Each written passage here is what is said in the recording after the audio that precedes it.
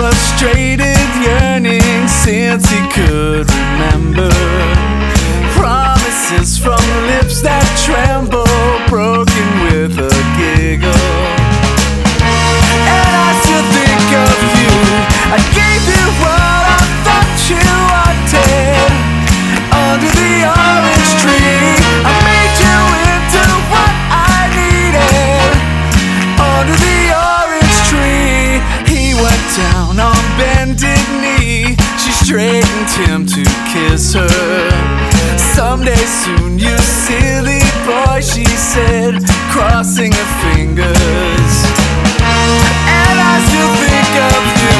I gave you what I thought you wanted. Under the orange tree, I made you into what I needed. Under the orange tree. But even now you missed my heart by inches.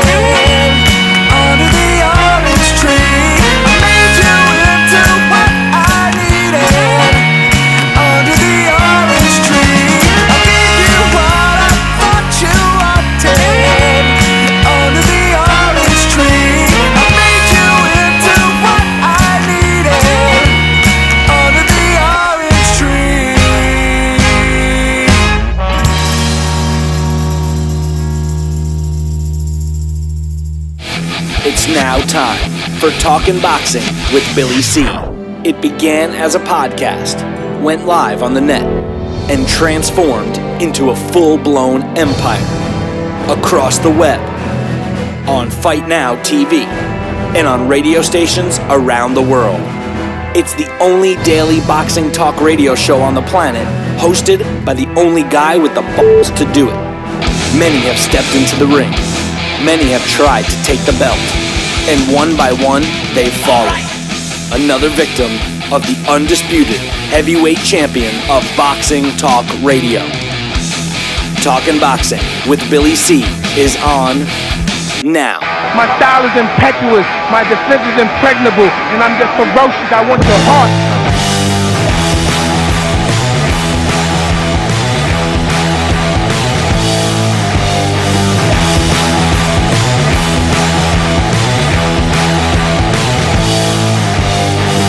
We're coming to you live from the Billy C studio in Lake George, New York. I'm Bill Calagione. It's time for Talking Boxing with Billy C. Good morning, good day, good evening.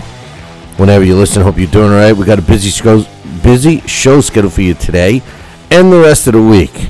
But first, today's show is being brought to you in part by The Gentleman Boxer, a must-read for all boxing fans, whether you're a diehard fan or just a casual fan.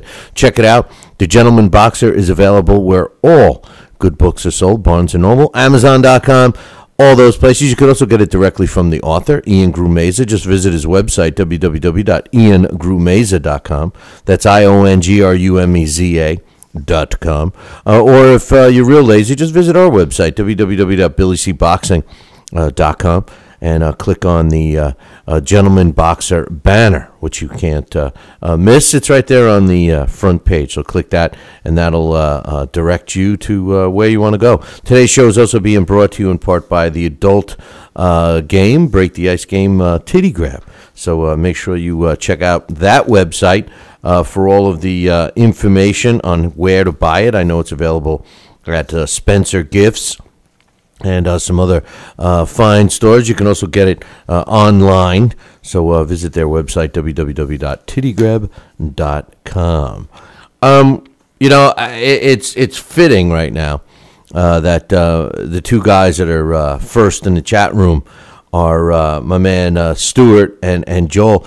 They were battling it out, these two guys, battling it out for our Billy C Challenge end of the year grand prize. Now, we got everything tabulated, calculated, all of that stuff.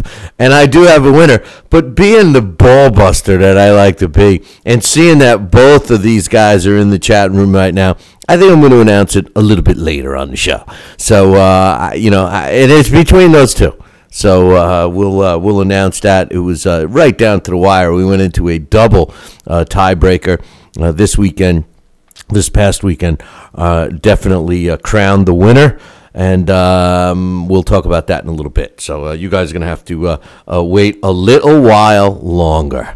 So anyway, now coming up in a little bit, I got the fight results from the weekend. Not that busy of a weekend, globally, by the way. Not just here in the States, but globally. So we'll talk about the fights that did take place. We also have some discussion. I want to talk about the Mago Abdusalamov situation. We'll give you an update on that.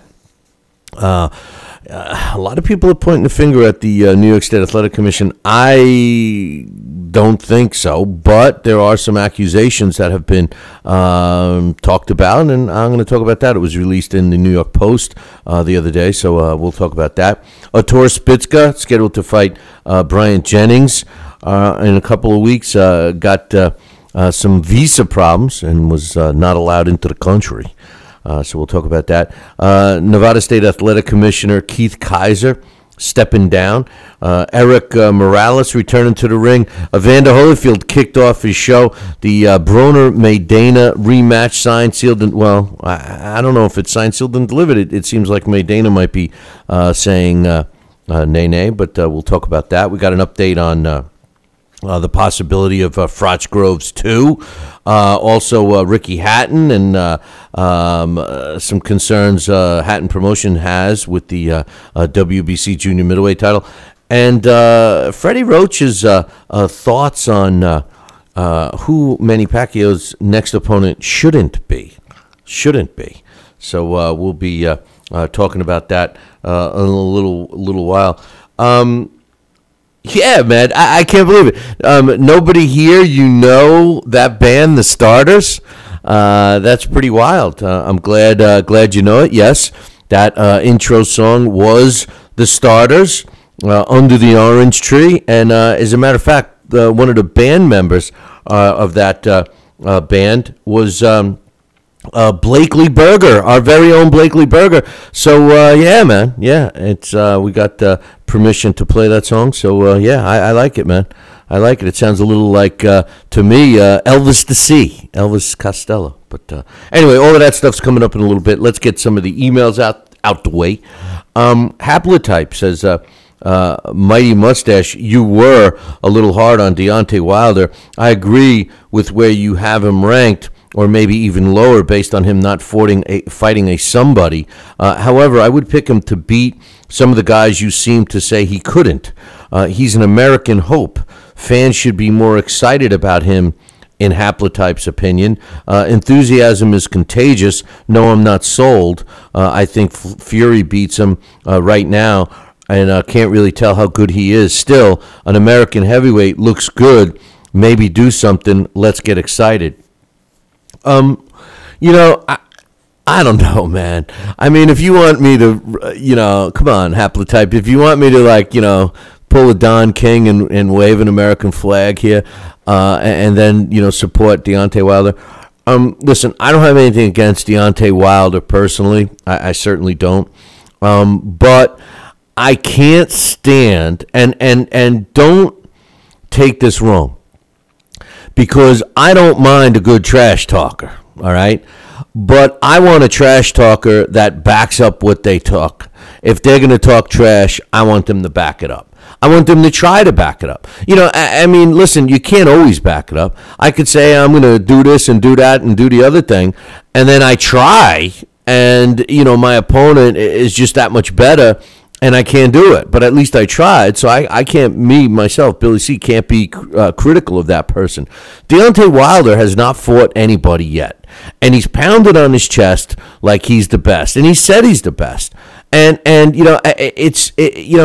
it doesn't take a brain surgeon to figure out the boxing game when you look at the level of opposition and how they're being moved and everything else.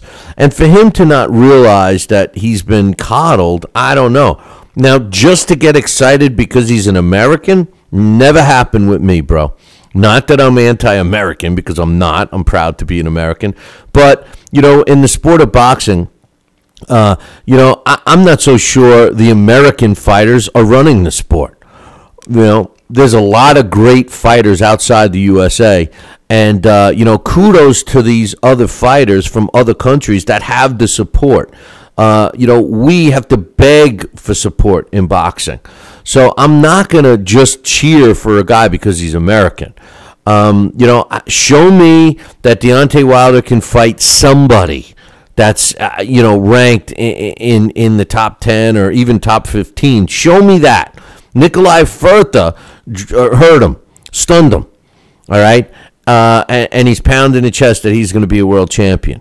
That he should be getting the shot at the vacant WBC belt, which is ridiculous. So, I get what you're saying, Haplotype.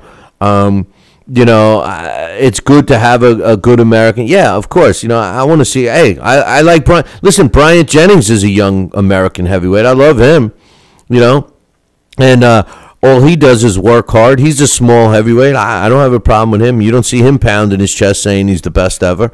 And I got news for you. He's fought a lot tougher opposition, in my opinion, than Deontay Wilder has. And I don't want to hear, Deontay doesn't really have that much experience. He's developing along the way, blah, blah, blah, blah, blah. I don't want to hear it. But anyway, thanks for the email, Haplotype. I want to see him do well.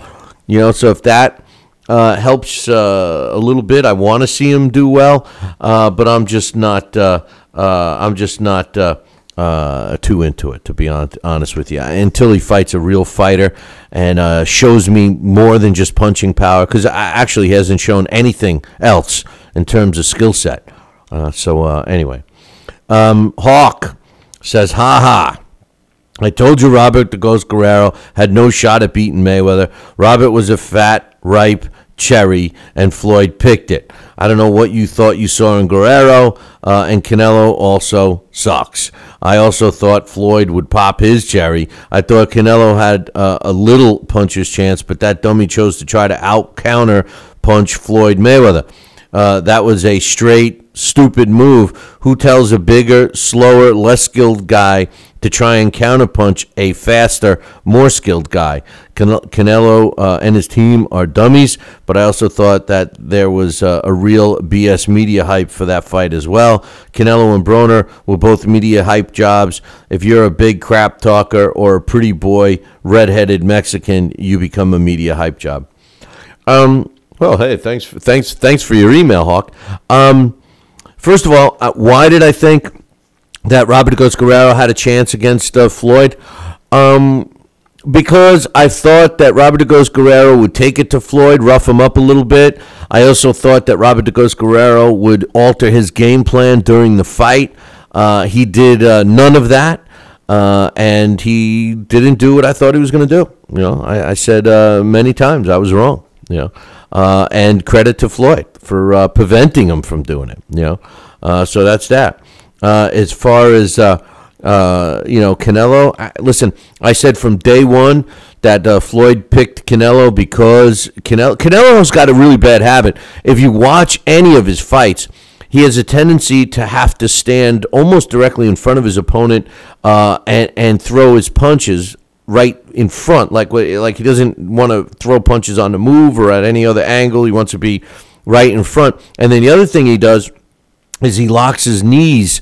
His knees kind of lock forward almost, and he's kind of like leaning right into being susceptible to shots. So he's a young kid, no amateur experience. He's right into the pros and fighting like that. So I got a mosquito in here. Where did he come from? But anyway, hey, listen, I'm going to take a short break, kill this son of a gun, and we'll be back in 2. If you're in upstate New York and you need a trucking company, then you need Roselli Enterprises. Roselli Enterprises is trucking at its finest. They have it all. Dump trucks, dump trailers, walk-in floors, flatbeds, flow boys, tankers, loaders, and a full line of roll-off containers for any job, big or small. Roselli Enterprises is also the source for all your sand, gravel, and topsoil needs. Visit them on the web at RoselliTrucking.com or call 315-433-5115. That's 315-433-5115 and tell them Billy C sent you. Are you ready, America? Then let's get it on with Fight Now TV. It's time, fight fans. Your channel has arrived. All the fights, all the names, all the action. From world-class boxing events to mixed martial arts showdowns and other combat sports matchups, Fight Now TV delivers the hits and more. Call your television provider and tell them you want to get it on with Fight Now TV. For more details, go to fightnow.com. We've got a great matchup tonight. Fighting out of the left corner is the #1 ranked contender. No, he is not. I'm sorry, but who are you? I am the IBO computer. I am programmed to provide only fair and unbiased boxing rankings. This fighter is the number 15 ranked contender. Fair and unbiased boxing rankings? That's a new concept. Actually, it is not. The IBO has provided unbiased computerized rankings for many years. Well, we've still got a great fight tonight, folks. In the left corner is the number 15 ranked contender. The IBO, the champion of integrity. Learn more at IBOBoxing.com. Check out BillyCBoxing.com now, or feel the wrath of the mighty mustache. Oh, that hurts. Why are you doing that to my face? I hate you. That's BillyCBoxing.com. Consider this your warning.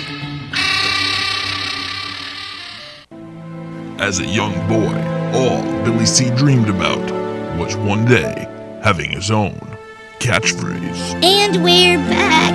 And we're back. One boy, one dream, one day, everyone will say. And we're back. And we're back. And we're back. And we're back. And we're back. And we're back. Catchphrase coming soon to a theater near you.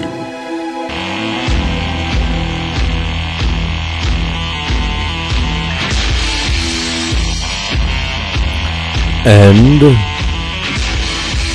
we're back. You're listening to the Talking Boxing with Billy C show. Hey, my man Jack is in the chat room right now. Yeah, you know how many people do that, bro? You know, he tried to email the trivia question answer to me, and you know, that's why I say it like 100 zillion times. It's Talking Boxing. There's no G in talking. You know how many emails they must get from us? That other or some other site, but Jack, re-email it, and hopefully you'll be the first. It's still available, by the way.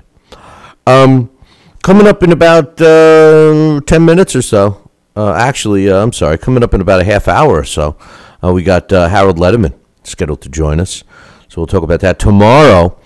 We're going to be kicking off the heavyweight spotlight featuring Jim Curl. The author of the Jersey Joe Walcott book. And as a matter of fact, we're going to be talking about Jersey Joe Walcott, former world heavyweight champ. So make sure you don't miss tomorrow's show. And please, don't forget, our goal is to get 10,000 followers by the end of this year, which I don't think is that big of a deal. We're already one third of the way there. If you want to follow us on Twitter, that would be great. Follow us at Talkin' Boxing, TALKINBOXING. And also, while you're at it, join our Facebook groups. We have two of them. One is Talkin' Boxing with Billy C, and the other is Billy C Boxing. So it would be great to do that.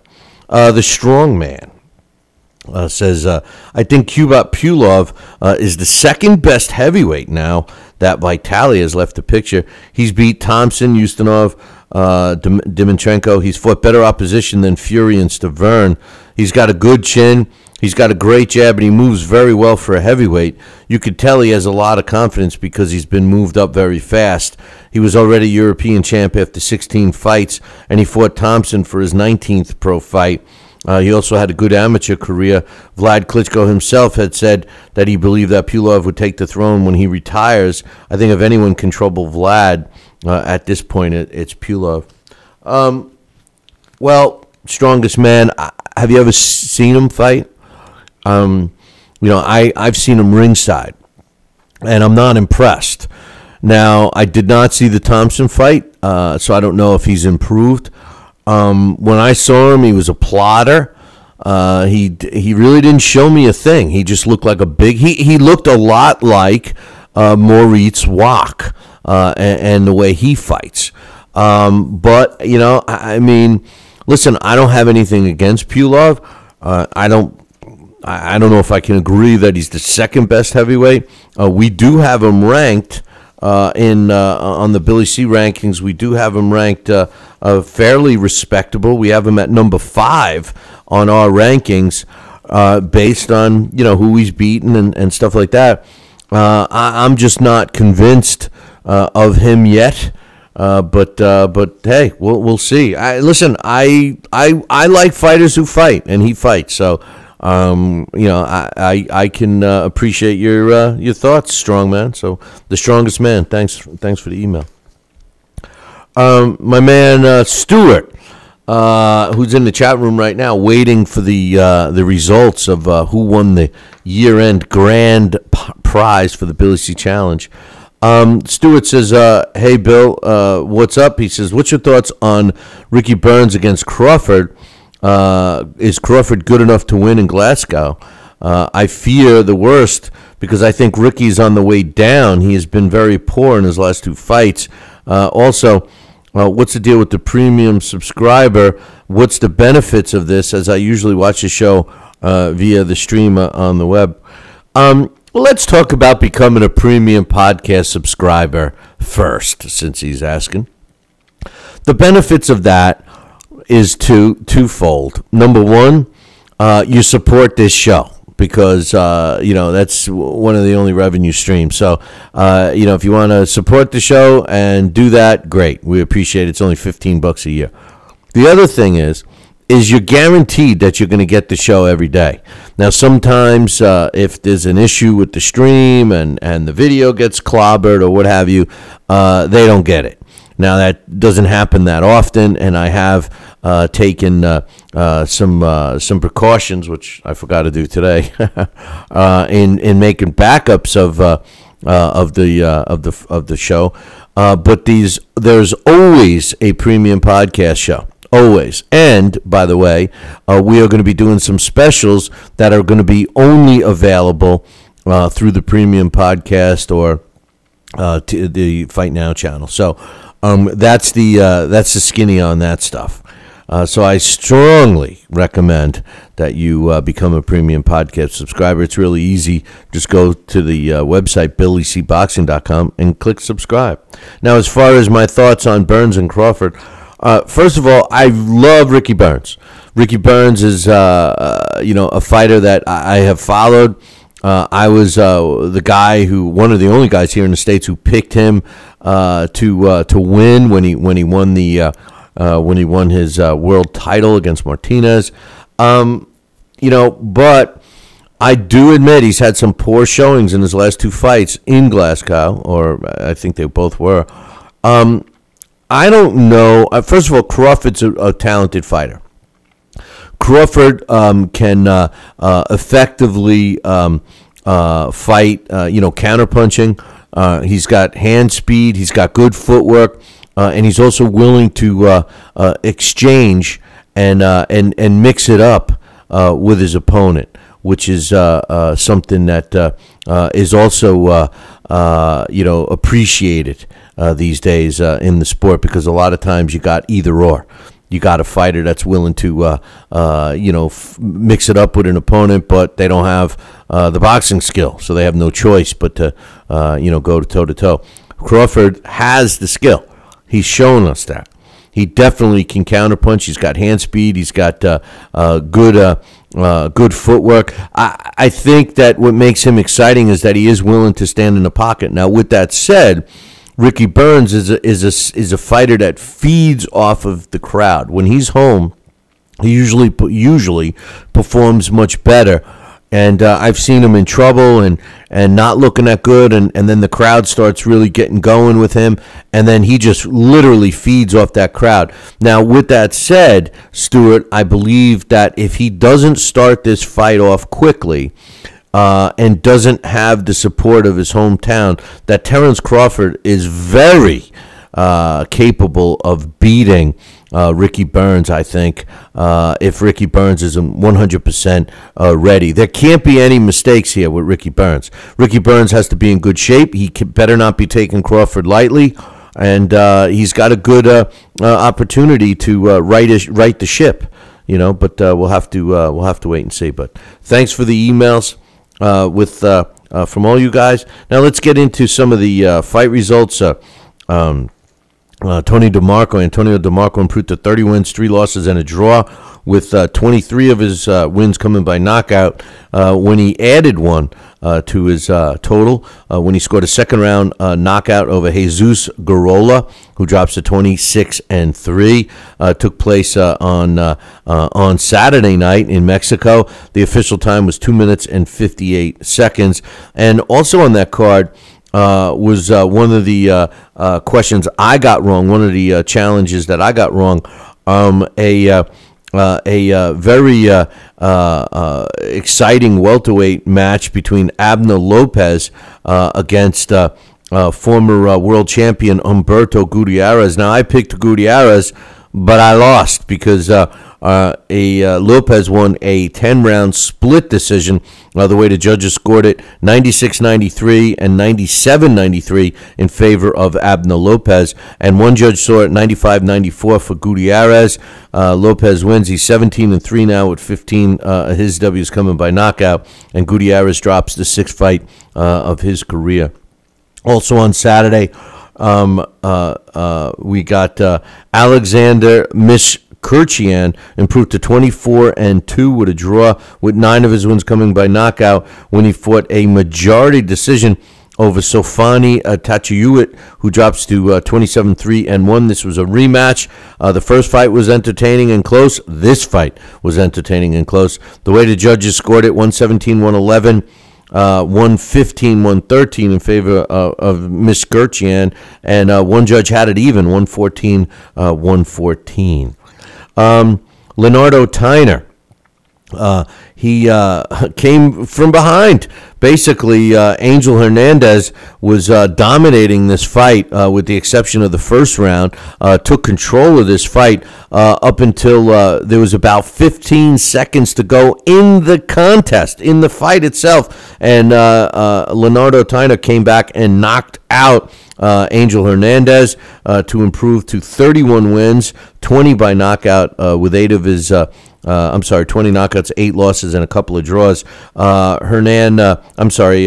Hernandez drops to 16-14 with a draw in that fight. How about chalking one up for the underdog in a fight with defending champ Yokishita Kato? Was supposed to win this fight against Makiyoshi Nakatani, and Nakatani ended up winning. The way the judges scored it, 116-112 twice. One judge had it even, 114-114, giving Nakatani the win.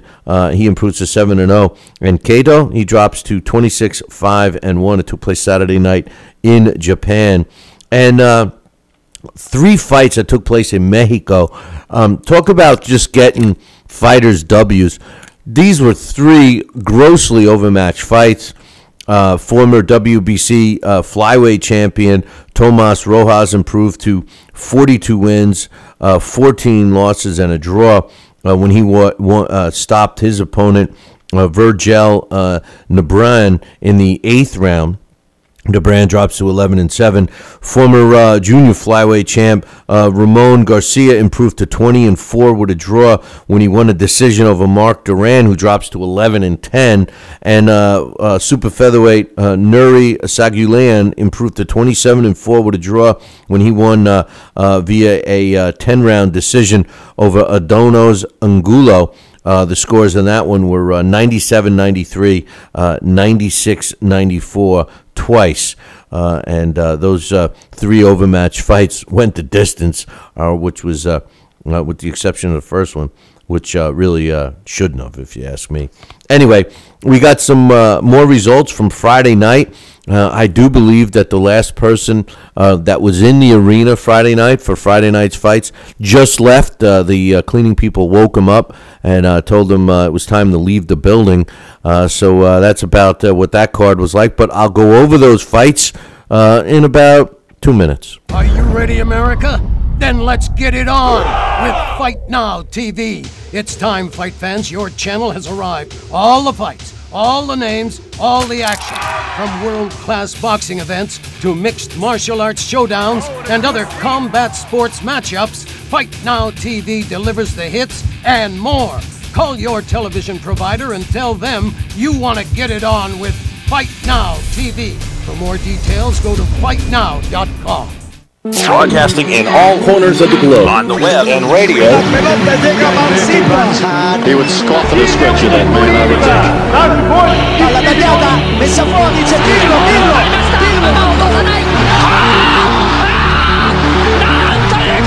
You're listening to Talkin' Boxing with Billy C. From upstate New York in the good old US of A. Boxing is here to stay because we are here to stay. The best 2 hours of boxing talk on the airwaves.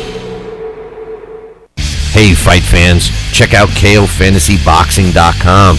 KO Fantasy Boxing is boxing's only trademarked fantasy game. Check it out, www.KOFantasyBoxing.com. Select your own gym, your own fighters, track them through a season that can last from 3 months to a year, depending upon which league you join. You got to check this out, man. www.KOFantasyBoxing.com. Join it today. Again, www.KOFantasyBoxing.com. And tell them Billy C sent ya.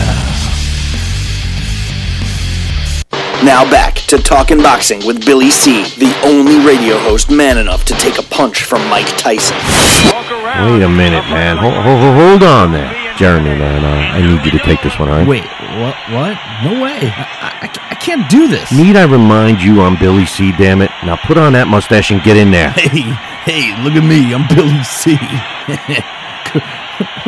Crap.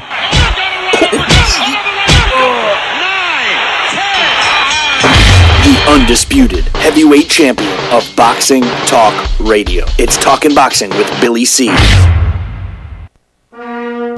Test 1 2. Test 1 2. My fellow Americans, good evening. Welcome back to Talkin' Boxing with Billy C. It's great to be here discussing the sweet science with everybody. I love boxing. I love talking boxing. It's what I do. Bill. Wait, what? Bill. Why are you interrupting? Wait, what? Wrong. What's the problem? Billy, what? C. I did not have... We're going to have to ask wrong you. Speech. What do you mean wrong, Billy C? What's going on here? Fine, I'll go. I just wanted to talk some boxing on TPSradio.net. That's all I wanted to do. I don't need your damn show. I'll get my own talking wrestling with the other Billy C. Yeah, that sounds good. Yeah. I've always been a Hulkamaniac anyway. Broadcasting live, brother. Welcome back to Talking Boxing with Billy C on the mighty TPSradio.net, brother. What you gonna do, brother?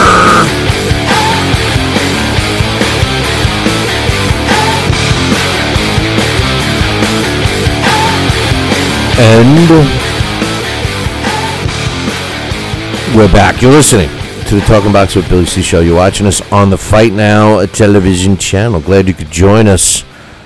If you don't have Fight Now on your sports channel lineup, you're missing out, man. You don't have to deal with crazy streams and changes without letting us know and all that stuff. Call your local television provider, whether it's satellite dish or cable, and tell them you want the Fight Now channel right now. It's that simple. Pick up the phone and call. You're looking for information on the channel? Visit their website, www.fightnow.com. Speaking of now, we got some fights from Friday night. Listen, let's give Friday night fights a pass on this fight card. There was some issues, right? And last minute dropouts and all of this. So let's not be too hard on them. All right. But this, by far, had to be one of the most boring fight cards I have ever tried to sit through. And I got news for you. You know, I like to watch. I'm a morning guy. I like to get up early and stuff like that. And, you know, with the new invention, not that it's new, but, you know, with the fact that you could DVR stuff and watch it when you want, I like that. And a lot of the reasons why I do that is because I can't stand listening to some of the commentators and all of that, and I fast forward all of that crap and watch the fight. Let me tell you, this was one of the hardest cards to watch in my life.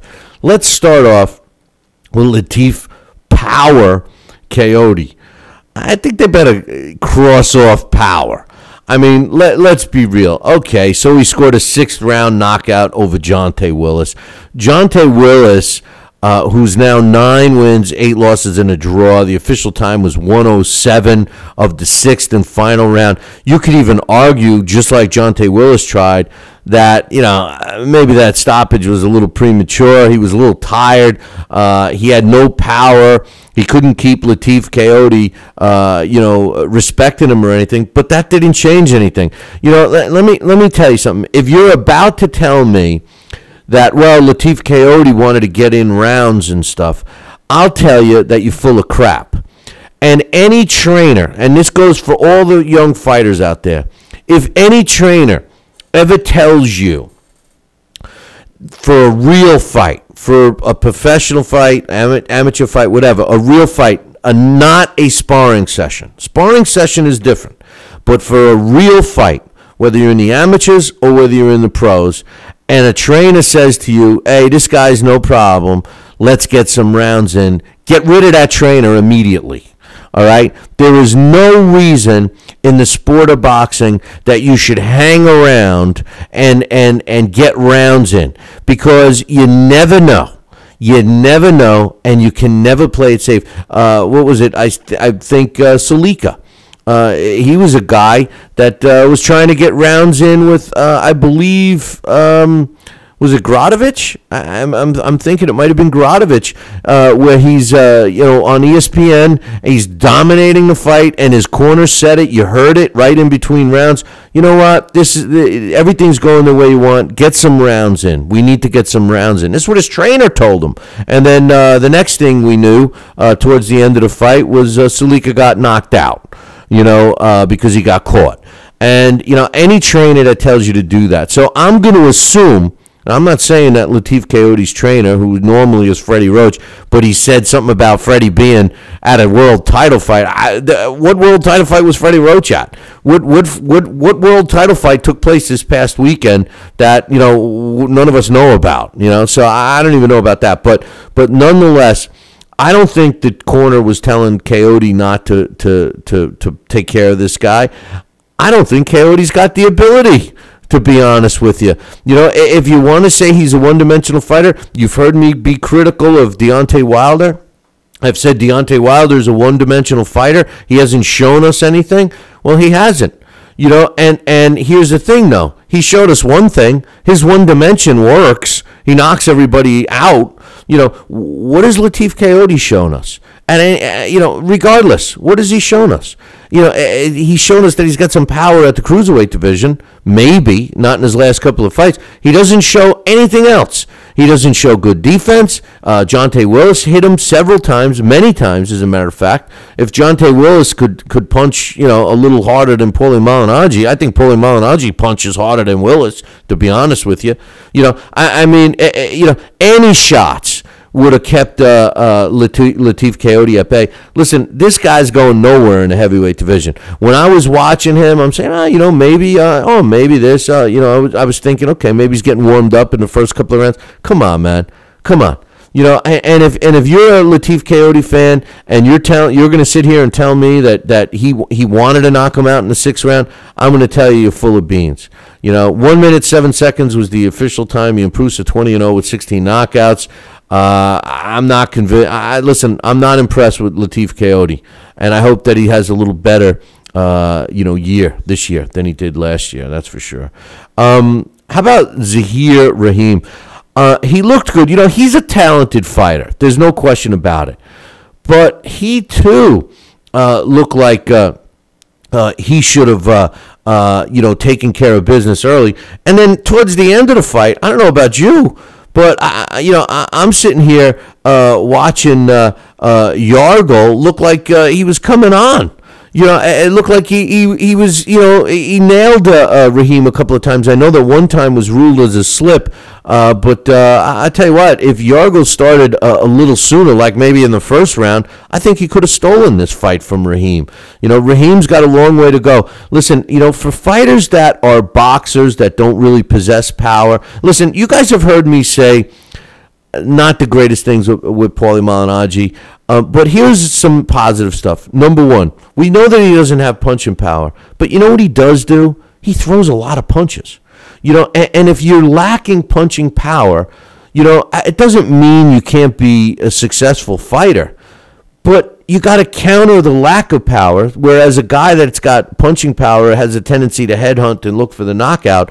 A guy without punching power needs to throw and land a lot of punches. And Zahir Rahim is a type of fighter that should be throwing and landing a lot of punches, and he seemed to take his foot off the gas.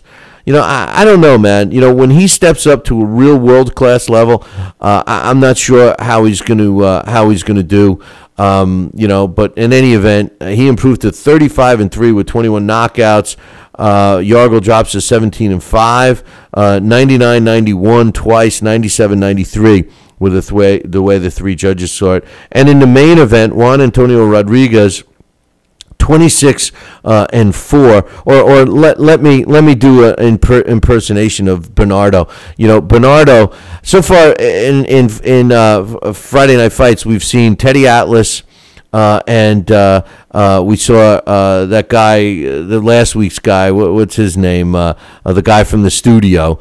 He was terrible. I mean, I don't know what to tell you. And Bernardo is a guy, he talks like, a total white guy. Like he'll say something like, junior lightweight, in this junior lightweight fight, we ought to see some real fireworks in this fight because Juan Antonio Rodriguez, he goes from speaking like, the whitest white guy you can find in California to, with every Hispanic, you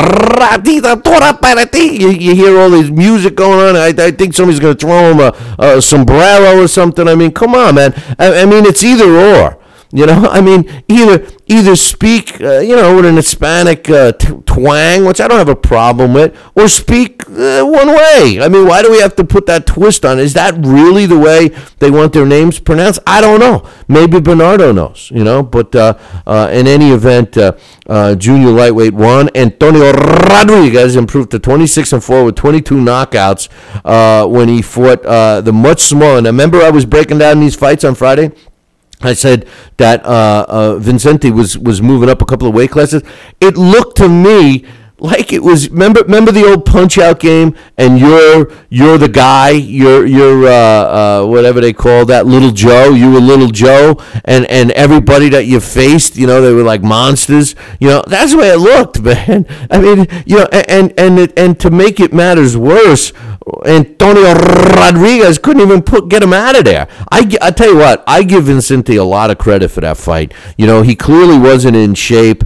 He came in to meet the weight, even though he fights 2 weight classes below. And I thought he made it interesting. I know Teddy Atlas was very vocal about the one judge that scored at 76-76, but you could make an argument that that fight was a hell of a lot closer than 77-75, which I know is only a 1-point swing.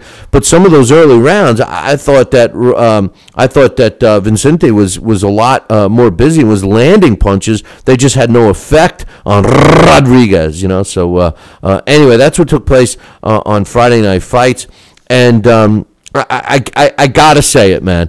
I gotta say it. I didn't want to really touch on it, but I'm going to say it. All right. Here's the problem with television.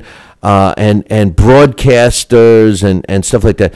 When it comes to sports, all right, every effing sport has specialists for that sport that call the action, that are part of television shows. You watch NFL, on Sundays. You watch the pregame. You got all of the analysts are NFL experts. Even the lead guy that doesn't necessarily have to be the expert, he knows the sport inside and out. ESPN demonstrated to me on Friday night that they have a lot of good ideas for enhancing their Friday night fights, which I like. I applaud them for that. And if that's what you guys like, and I say you guys meaning the boxing fans, especially the younger fans, if that's what you like and your viewing experience from home on television is enhanced and you digging it, I love it, man. I think it's great. Everybody has their own opinion. However, there's a problem. ESPN has got people that are not boxing people involved, all right? Teddy Atlas, whether you like him or not, is a boxing guy. He sounds like a boxing guy. He talks like a boxing guy. He puts things in perspective like a boxing guy. I think he's, and I know I've been critical of Teddy, but Teddy is the most solid piece of ESPN Friday Night Fights. He really is. I don't always agree with him. And a lot of times I think he's a total idiot. But you know what? He's a boxing guy. But they surround him with like Todd Grisham, that guy from the studio. Come on, man. Brian Kenny was not the most likable guy, one of the snootiest guys. You want to punch him in the face. But you know what? He was a boxing guy. He knew the sport. I can't stand that they bring Dan Raphael on. Dan Raphael is a writer. He happens to write about boxing. He's no boxing guy. He's no boxing guy. And I wasn't going to say it, but I am.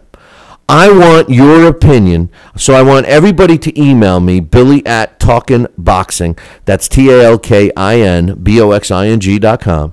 And you tell me if you like that Joe Cortez little segment that he did. I almost threw up. Now, here's the thing. I'm not going to question Joe Cortez and his Hall of Fame career or anything like that, because when you think of a referee, in my opinion, I don't want to know about the referee. I want to remember a fight. I'm going to remember a fight. I'm not going to remember the referee. When I don't remember who the referee was for that fight, that means, in my opinion, that referee did his job. He did such a good job, I don't remember him. And that's the way it should be. It's not, fighter A versus fighter B and co-starring the referee. Who gives a crap about the referee? The referee should do his job. That's the end of that. When you mention Joe Cortez to me, you know what I think of? I think of him letting my man, Marlon Starling get hit after the bell, clearly after the bell, losing control in that fight. When you mention Joe Cortez to me, I think of Joe Cortez totally losing control of Floyd Mayweather against Victor Ortiz. I think of Joe Cortez for that. When you mention Joe Cortez, I think of Joe Cortez not letting Ricky Hatton fight any kind of a fight with Floyd Mayweather inside. I can go on and on about about Joe Cortez and negative things about him. And then he's got to be the guy who demonstrates to us where a referee should be and all of that stuff. Now, the presentation, I wasn't. It was set up nice for them. They had a little timekeeper there. They had the two fighters and stuff. But really, it's giving the illusion that Joe Cortez was the best referee ever to put on a pair of sneakers. I mean, come on, man. I don't know about you, but I found that pretty funny. I found it pretty funny, and I was amazed that they were doing that. I really was. Let me know your thoughts. Am I off base on that? I mean, am I just being too critical of Joe Cortez? Was it something interesting? Well, we're scheduled to have Harold Letterman come on here in a couple of minutes. If I had any kind of a question about boxing, I could ask Harold Letterman. Why? Because he's a boxing guy. He knows the sport. He doesn't know just about what's going on now. He knows the history of the sport. He'd talk about a guy that knows how to score a fight. Harold Letterman. I would, most of the time, 9 times out of 10, every time he scores a fight, my card is similar to Harold's. Almost dead nut similar, exact. Maybe we disagree 1 or 2 rounds, but most of the time he's accurate with what I am. And I'm not, hey, listen, he's the judge, not me. But I'm just saying, he's in the ballpark, man. He knows what he's talking about. He's a boxing guy. boxing needs boxing guys. They had Teddy Atlas. They're doing promos for ESPN, which I thought was good. But they have Teddy Atlas doing this stuff. Now he's a boxing guy, but he's not exactly a guy that. I don't know. Let me know your thoughts on the Joe Cortez thing, and we'll leave it at that. Billy at Talkin' Boxing, TalkinBoxing.com. Speaking of boxing, the Mago Abdusalamov thing was a real unfortunate situation that took place. We got an update on Mago Abdusalamov, and it's not good. To date, he's still, getting therapy and stuff like that. Apparently, this guy can't even. He's able to twitch his leg and his hand so far. He hasn't been able to talk. He can't recognize anyone. He's got 3 young daughters who haven't seen him in over 3 months. This guy is still pretty effed up. It's a shame. And, I look at this, and people actually have had the balls to ask his family if he's ever going to box again, No, he's not going to box again. But here's my thoughts on that whole situation. It's an extremely unfortunate situation. But it's the nature of boxing. Every fighter that gets in the ring, and that's why when people say, oh, he's a bum, he's a cupcake, he's a tomato can, it's not meant, at least when I say it, and I'm guilty of it too, I don't mean it in any way other than the term, because I respect every single fighter that steps in the ring. I don't care if they've never won a fight. I know a lot of you young people today put all the emphasis in undefeated records and all of that, and I totally think that's a joke, but nonetheless, I don't respect a guy with a better record any more than I do any other fighter that gets into the ring. Every one of them take a chance of something, God forbid, like what happened to Mago Abdusalamov, or even worse. They all take that risk when they step through the ropes. We know that. Okay? Now, in boxing, in other sports, football, whatever, they take a risk as well. The big difference is they're compensated for it. I'm not saying not being able to talk or raise your hand or anything like that you could put a price tag on, but at least, people in other sports are making millions of dollars a year, and only a select few make that kind of money in boxing. And I'm talking probably less than one hand. So with that all said, I believe that the situation was just an unfortunate situation that took place in this fight between Mago and Mike Perez. But there's a lot of people that are blaming the New York State Athletic Commission, and although it's no secret that I've had my own run-ins with the New York State Athletic Commission, I went on record as saying when the fight was over and the situation happened, I went on record to say that I honestly did not believe that the New York State Athletic Commission did anything that I saw that they should be held responsible for. The corner, they were looking at him in the corner. They did shine the old flashlight in his eyes afterwards and stuff. The protocol does not, require them to automatically send someone to the hospital or whatever. I wasn't there. It just appeared to me that what I saw on television, and especially what we heard with the communication that was going on between the corner and Mago Abdusalamov, I don't know if you can really blame the commission. However, it appears that they are. And the Inspector General's office is actually doing a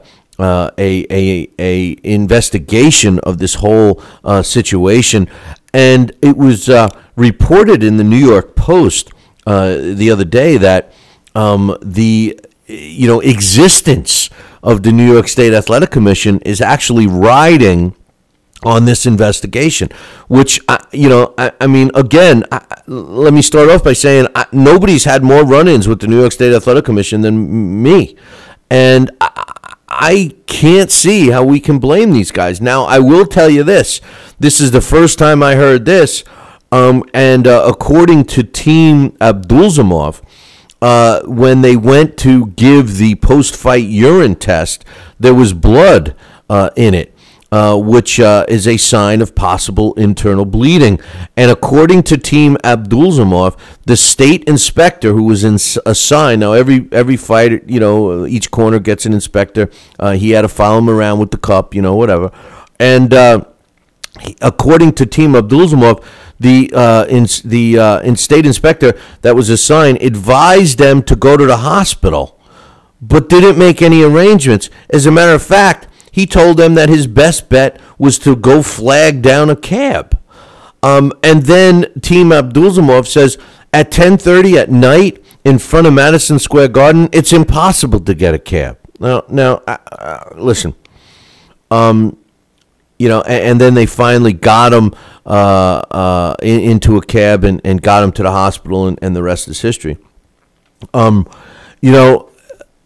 First of all, if this is true, if they can prove that an assigned inspector told them to do that, then everything I'm saying in basically support of the commission is wrong. Because if an inspector told them that, go get a cab, they'll tell you where to go. Big time problem, in my opinion, and I'd be the first to say it. Do I think that happened? I don't know. I've heard a lot of stories. I've heard stories that the commission told him that they should go get checked out, and he said no, and that he went back to his hotel room, and that's when he started feeling a little crazy, and his team talked him into going to get an X-ray on his nose and his hand. Had nothing to do with any other further damage. And if it was in that bad a shape, the commission, the inspector would have sent him in an ambulance to get him the quick service. I mean, that's what you do. You go in an ambulance. The part about impossible to get a cab outside of Madison Square Garden at 10:30 at night? Are you kidding me? Listen. Maybe New York City isn't the best place to get cabs. It's not Chicago. Chicago is the best place in the world to get a cab. You could stand on any street, any time of the day or night, hold your hand up, and 9 cabs will come out of the woodwork for you. That's not the case in New York, but I will tell you this about Madison Square Garden from my own experience. There's a cab line right in front of it, and at 10:30 at night, there's cabs lined up for blocks to service people there. Now, what they may have meant is that they didn't want to get on a taxi cab line, which I don't think they would have had to. In a situation like that, they could have went right to the front of the line and got into the next cab. So I don't buy that there wasn't a cab available. I mean, I've gotten cabs in front of Madison Square Garden at 2 o'clock in the morning and never had a problem. So I don't know about that. I hope it's not true. I hope it's just them getting a lawsuit together. Apparently, they are they already retained a lawyer, but they can't start a case because the wife of Mago Abdusalamov is not officially his guardian yet, and all of this crazy stuff. All I'm going to say is this. It's an extremely, extremely, extremely unfortunate situation that took place. If the New York State Athletic Commission is found to have not handled the protocol the correct way, then they deserve whatever consequences they get. All right. However, if the commission did everything that they could, without having a crystal ball and seeing that this guy had a bleeding on the brain, how can they be held responsible? I mean, New York State Athletic Commission is one of the strictest commissions medically wise. Between the meds required and all of the stuff that they police and everything, they're one of the strictest commissions in the sport. And to point all the fingers at them, I don't know. Maybe it's just what a lawyer is trying to do. I hope, really, for boxing's sake, because let me tell you this: if it's proven that the New York State Athletic Commission effed up and that they were at the blame, that's going to be a huge black eye, not only for the New York State Athletic Commission, but for the sport itself. And I think that they're just the family's just going through what they have to do, and New York State is going to have been cleared of doing everything that the protocol says. But we got to wait and see. I hope I'm right. I hope that the commission did everything that they were supposed to, because if they didn't, we got some problems. But anyway, we got some other stuff coming up. Artur Spitska turned away because the visa wasn't in order. Jorge Arce, we got an update on him, and Robert Guerrero and Keith Kaiser stepping down. All of that stuff is coming up in a few. And then scheduled here as soon as we come back, my man Harold Letterman will be back in 2. Talkin' Boxing with Billy C. now has official merchandise available on TalkinBoxing.com. T-shirts, sweatshirts, hoodies, and mugs. And yes, even undergarments. Talkin' Boxing apparel is the perfect gift for the boxing fan in your life. Log on to www.talkinboxing.com. That's TalkinBoxing.com and place your order today.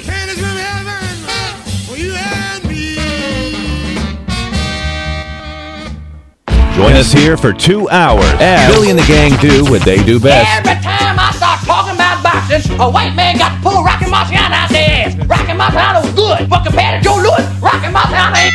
Beat Joe Louis's ass. Joe Louis was 75 years old when he fought. Huh? What? We're supposed to be talking boxing. It's Talking Boxing with Billy C. As Billy C sits here in the multi-million-dollar Talkin' Boxing studios, sipping a fine wine before you're even out of bed, you should be thinking, damn, I wish I had a mustache like his. It's the Talkin' Boxing with Billy C show. He's Billy C, and you're not. Sucks to be you. Now let's dig into our archives and hear a rare interview when Billy C first became the champion of boxing talk radio. Hello, Billy C. As the new champ, can we ask you a few questions? Why, certainly. Okay, your fans would like to know how you and your corner have successfully walloped the competition. We're not ordinary people. We're morons. Anything else? I'm a victim of circumstance. Did your success finally come when you made the show 5 days a week for 2 hours? What do you think? I'm trying to think, but nothing happens. Now, please tell the listeners what you've learned from making it this far. Certainly. If at first you don't succeed, keep on sucking till you do succeed. Great words of wisdom, Billy C. Keep up the great work as the undisputed People's Champion with your show, Talkin' Boxing with Billy C. Any last words to anyone who's listening? This is your fault, you bonehead.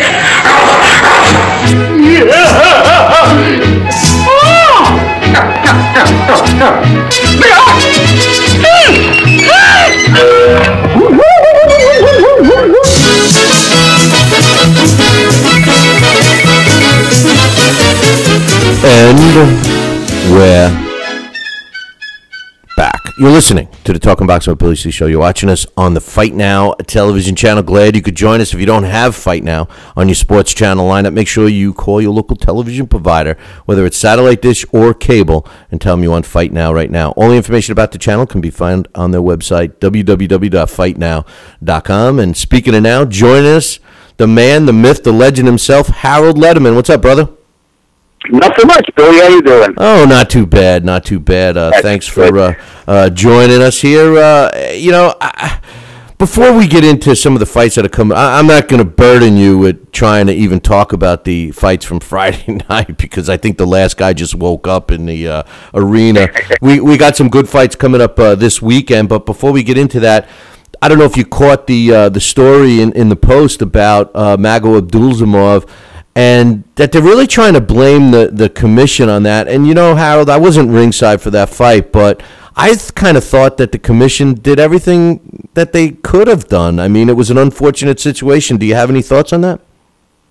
No, not really. I mean, I'm glad to hear he's coming around a little bit. He's in West Haverstraw at the Helen Hayes Rehabilitation Hospital. And, I just hope he'll be okay. It's a terrible tragedy, and I guess the fight should have been stopped a little bit earlier, but, you know, hey, you can't be a Monday morning quarterback. Yeah, I think, and that's the whole. I think you hit it right on the head, and that's the whole thing. You know, I mean, sometimes we get criticized for stopping fights too soon. Sometimes you get criticized for fighting for not stopping them at all. I mean, it's easy to be Monday morning quarterback. You know. Yeah, that's about what it boils down to. Is, you know, it was a terrible tragedy, and I just hope that they continue to work on finding ways to get the guy, you know, get the injured fighter to the hospital as soon as possible, you know, without any confusion, and, you know, thank heavens he's alive. Yeah, no, you know, maybe just something simple like a protocol that we follow, you know, whenever there's a knockout, we know that they get sent to the hospital, but now maybe they should add, if it's, you know, some type of brutal contest, maybe they should just go for just a precaution, you know? Yeah, exactly. They just have to get, you know, they have to put in writing just exactly what they have to do in case something happens, and also they have to talk to the promoters about buying more insurance. You know, there's no question, no doubt about that one. Well, see, that's all the stuff that you know, it makes me wonder. New York is one of the highest. I mean, when you buy those fight insurance, New York's one of the highest demands. I mean, when you take out those insurance for the bouts and stuff, their requirements are higher than any other commission. You know, so you know, it's funny to. It's not funny, but it's crazy to hear that they're the ones that are under the gun right now. But anyway, this weekend, Jean Pascal against Lucien Boutte on HBO. You know, I love this fight, Harold. If Pascal is in really good shape, I mean, have you heard anything about the condition with him? No, other than that he's in very good shape. I mean, I really haven't heard much at all. But you know, this one it could be a tough fight. You know. Two Canadians, you know, everybody's got their favorite in that fight, and, you know, it might be very, very interesting, at least I hope it will, so, I don't know, I mean, you know, there's a lot of guys rated above Pascal on mostly everybody's ratings, but, you know, he still is one of the strongest guys in the division, and Boutte is coming off that loss to Carl Froch, so, you know, it's an interesting fight, it really is. You know, Jean Pascal is a fighter that, you know, at times he looks really good, but at other times he doesn't. I mean, it's like a tale of two fighters. There's no in between with him, and I've seen him where it seems like he takes rounds off. And when you look at Boutte, he's just become gun shy since he was demolished against Froch. But he's got the boxing skill over Pascal, right? Well, you know, Boutte's a southpaw. I don't know if he's got, you know, all that much skill. I just, you know, think that, without question, he's a decent fighter. You know, I just think that it's two guys, you know, up somewhere near the top of a very good division, you know, with Adonis Stevenson and Sergey Kovalev there, and, of course, Bernard Hopkins. So, you know, I think it's two guys fighting to, you know, to get a shot at either Stevenson or Kovalev, and I think that's what it boils down to, you know.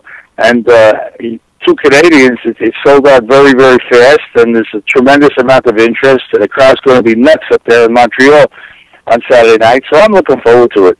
Yeah, there's nothing better than seeing fights in Montreal. They do a really good job, and the fans get into it. I'm curious to see Mike Perez against Carlos Takim. It's unfortunate we were just talking about Mago Abdusalamov, but Perez looks like a promising heavyweight. What's your thoughts? Yeah, he's got very good skills. I like him a lot. I think that Abel Sanchez, the former trainer of Terry Norris, the current trainer of Gennady Golovkin, has done a very good job with him. And, you know, Mike is he's hitting hard, and he's in real good shape. And, you know, I think without question he's a top-notch heavyweight prospect, and I'm sort of looking forward to him getting back in the ring after the Abdusalamov tragedy. Yeah, you wonder how fighters will react to that. You know, they're only human, and obviously, you know, you don't want. I mean, look what happened with Ezra Charles. A lot of people don't know that, you know, this guy was a fighter that loved to knock his opponents out till he had a death in the ring, and it changed his whole style for the rest of his career. Oh yeah. I mean, a lot of There's no question when you have the kind of tragedy that Perez had in this last fight, you got to be affected in some way. So we'll see what happens on Saturday night. The kid from the Cameroons is strong and everything, but he's slow. I mean, I've watched him on tape, and he's not the quickest guy in the world. And in all honesty, Perez is. If I had to, make the odds on the fight, I'd make Perez a very, very heavy favorite in this fight. Now, who's Alvarez fighting now? I know that they announced an opponent for him. Who was it again? You talking about Canelo? No. What is it? Isn't his last name Alvarez? Later Alvarez. I'm sorry, we don't have the fight. He had a problem with his weight. His promoter, it was Thomas Oosthausen, the South African guy. Well, yeah, promoter Randy Berman dropped him, and the fight is off. Oh, okay. So I had heard that they found a replacement for him, but he's not found a replacement for Tommy Gunn. But it's not going to be on the HBO broadcast. So we're just going to see the Butte Pascal, and are they going to show the Perez fight as well? Yep, they are. I'm under the impression it's a doubleheader now. After the later Alvarez fight fell apart. Yeah, that's a shame because that actually would have been a decent fight as well. Oh, the guy was up around 200 pounds from what I understand, the South African. Oh, so, I know. There was no way that fight was going to come off. And as I said, Rodney Berman told him you don't want to promote him anymore because, the guy, he's always overweight. So that was that. What's your thoughts on... go ahead. Go ahead. No, what were you going to say? I was going to say for this fight, the guy was really overweight. And so, the fight was off, and, it became a doubleheader. Well, listen, I think that the main event is going to be an entertaining fight, and I hope the heavyweight fight is. I like you. I would make Perez a big favorite as well, but I think that people just want to see him. Perez and Triple G, and of course Kovalev. They're fighters that. People want to see them based on their performances, not from crazy stuff they do outside of the ring or he said, she said stuff. They're gaining momentum based on their performances in the ring, and I think that's a good thing. Yeah, I mean, there's no doubt about it. Mike Perez was very good. The first time we saw him against Abdusalamov, and what could have been a knockout. I mean, either way, the way these guys were hitting each other, and. There's no question he's an outstanding prospect. From what I understand from my Cuban connections, he's not the best Cuban heavyweight out there. The best, supposedly, is Luis Mercedes Ortiz. But Luis Ortiz is a little bit older, and not too many people have seen him. So, I don't know. I saw him very early on in his career, and he looked very good, but... since then, I really haven't seen him at all. I guess most of his fights are down in Miami, and, I don't know if he's been on any major TV stations, but people tell me that he's the best of all the Cuban heavyweights out there right now, so it remains to be seen. But in the meantime, Mike Perez, he's got one of the top trainers in boxing, like I said a few minutes ago, in Abel Sanchez, and I think that he's coming along real well. I got to see Ortiz fight. I actually called one of his fights down in Florida. And, he reminds me of... he definitely possessed skill. There's no question about that. But he seems lazy. Like sometimes those guys... Like I'll give you an example. I think Riddick Bowe could have been one of the best heavyweights of all time. But I thought he was a little lazy, and that's how I compare... Ortiz. That's the kind of fighter he is. He's big like that, and sometimes he fights hard, and sometimes he doesn't, Yeah, I guess so. Well, as I say, you've seen him, but I haven't seen him for a long time, and I know he hits hard, but it remains to be seen that, as soon as he comes up against the guy who hits him back. But in the meantime, the heavyweight division, of course, is heating up. I mean, you got Lanier Solis, and, we've got Dominic Breazeale coming up, and without question, Deontay Wilder, who's being trained by Mark Breland. So, it's becoming a very interesting division, and we'll see. I mean, of course, in Great Britain, you got Tyson Fury, and we'll see if David Haye decides to come back. And You got, what is it, his cousin Hugh Fury, and David Price will be back. So, it's getting to be heavyweights. There's a lot of exciting guys out there. Yeah, you're right. And if they fight each other, there's a lot of good fights. Like I like that kid Brian Jennings, who's scheduled to fight the Polish. I don't know if you heard what happened. That's on HBO also. And now the Polish kid Spielk is having a hard time getting a visa. So I know Gary Shaw's got his lawyers working on it. So it's only a week away, and I don't think the kid's in the United States yet. So no. The fight for Madison Square Garden, so it remains to be seen. Yeah, he was tried to get in yesterday, and they turned him back. So I guess we'll find out. That's next week, or is it next week already, or is it the week after? No, it's the 25th, which is, this coming Saturday night is the 18th. You got the Jean-Pascal Boutet fight on the air, and then the following Saturday night is supposed to be Spielker and Brian Jennings from Madison Square Garden. Yeah, they got to get that. They got to get that resolved this week, otherwise it's going to fall. Yeah, and they got to get it resolved real fast. What do you think of that fight between those two? I like Brian Jennings. I just think that.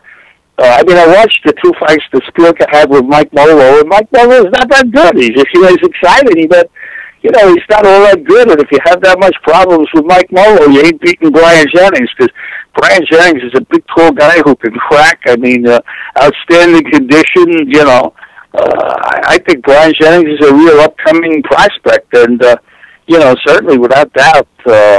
I just think that he's one of the top guys, the top young guys around. But I like Brian Jennings. I think Brian Jennings is going to win that fight by a knockout, especially since Spielker's having all these problems getting into the country. So we'll see.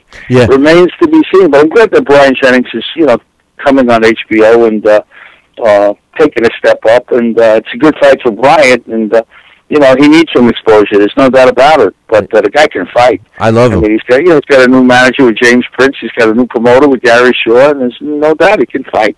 Yeah, he's an interesting fighter. I look at him, and it reminds me of a combination of Evander Holyfield and Michael Spinks. That's the way he fights to me. He darts in, he lands a couple of shots, he gets out of harm's way. I think the only knock on him is his size. He's kind of small, but like you said a couple of minutes ago, this heavyweight division, you start naming guys like him, let's say Brian Jennings against, Mike Perez, or Perez against Orlando Solis, or you start mixing and matching these names, and I think we got some exciting fights ahead if they make them.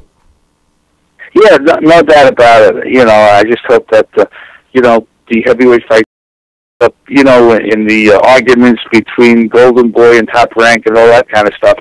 But, there's new promoters around, as, in the heavyweight division. As I say, Gary Shaw deals with everybody, and he's got Jennings, and, K2 Promotions, I think, probably has Mike Perez, yeah. So and no, I'm sorry, with Klitschko and Alex Lepai, he wants that fight, and he says that he's gonna, out.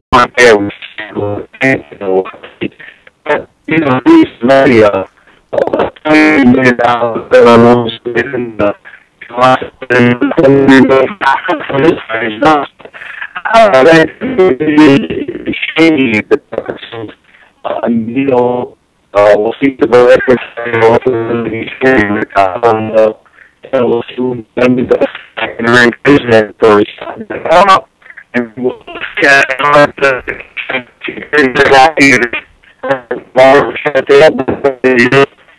fighting machine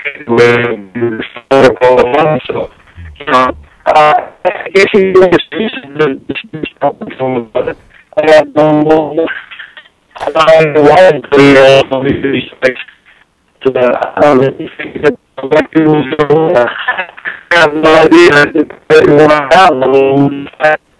Hey Harold, we got a really bad connection all of a sudden. Let me reset this. I'll call you right back. Give me 2 minutes, okay? Sure. I apologize for that. We have an issue here with the system, and I am not hearing a word that my man Harold is saying. So I want to give him a shout back here in a couple of seconds. I want to talk to him about the Nevada State Athletic Commissioner, Keith Kaiser, stepping down. He's been the Nevada State Athletic Commissioner since 2006 and submitted his resignation on Friday, just before Friday Night Fights aired. And, some people are happy about it. Some people aren't. I know that he was criticized for his loyalty with some horrific judges like C.J. Ross. But really under his reign, so to speak, Nevada has done well. So I don't. I'm not so sure if we need to or if we can really blame Keith Kaiser for anything. I think that he just happened to have gotten an opportunity that was better for him, and he just felt, like he put it, that it was time, to step down. And if he didn't do it now, when was he going to be able to do it? So we'll see what my man Harold has to say about that as soon as we get him back here on the phone. And again, I apologize. I couldn't hear a word my man was saying. So it sounded like it sounds like he was calling on. It sounded like he was on Dax's phone. But anyway, Harold, we got you back. Yes, sir. Oh man, that's good. Now I can hear my man. That's great stuff. Hey, okay. It sounded like you were, underwater. But anyway, Keith Kaiser resigned from the Nevada State Athletic Commission. I know. I sent the recommendation for you, Billy. I said, Billy C should be the chairman of the Nevada State Athletic Commission. What's your thoughts on him stepping down? I always thought he did a decent job, to be honest with you. Say again? I said, what's your thoughts on him stepping down? I thought he did a decent job as commissioner during his reign. I mean, he's been there. He was there for a long time, right? Well, it's a tough job, to tell you the truth. My opinion is that the commission gets pushed around by the casino owners. I mean, they put up all the money, and I think they're dictating to the commission what they want, in all honesty. So I guess maybe somebody pushed them around a little bit too much. He said, I'm going to go back to practicing law. But I don't know. I mean, you're under a lot of pressure. You have all these high-profile, stupid things happening there with the bad decisions and the PEDs and the guys wanting to use drugs and the guys that don't want to use drugs and all the other things that go on in Nevada. So, everything is under the watchful eye of the public. And as I say, you got to deal with the casino owners who, put up fortunes for these fights. And I guess, after a while, it becomes too tough a job. So, we're going to see somebody new in there. I don't know who they're thinking about. I have no clue whatsoever. Wouldn't surprise me if one of the, commissioners out there, whether it's Bill Brady or whomever, take the job or put into the job by the governor. So I don't know. We'll see. It remains to be seen. But wouldn't surprise me to see, one of the previous commissioners step in and become the executive secretary. Somebody like, I don't know. Let me think for a second. They should get Mark Ratner back, right? Well, I don't know about Mark Ratner. He sort of lost his job because of an age thing, and I think he's got a pretty good job with mixed martial arts, so I don't think he's going to go back. But, there are guys out there that used to work for the commission, and, I wouldn't surprise me if the governor just appoints somebody that, who he knows, but I have no idea. They just may look around and say, well, let's bring somebody young from the outside. So I think you're a viable candidate, Bill. No doubt about it.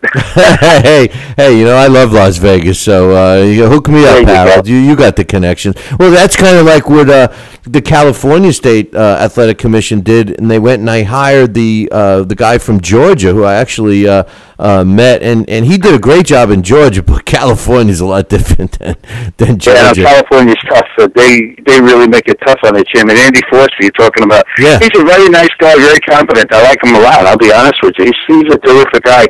And, hopefully he's doing a good job. They got so much boxing and so much MMA, you could go nuts being the State Athletic Commission chairman there. I mean, you're away from home 7 days a week, and, you just wonder if we'll be able to handle it over a long period of time.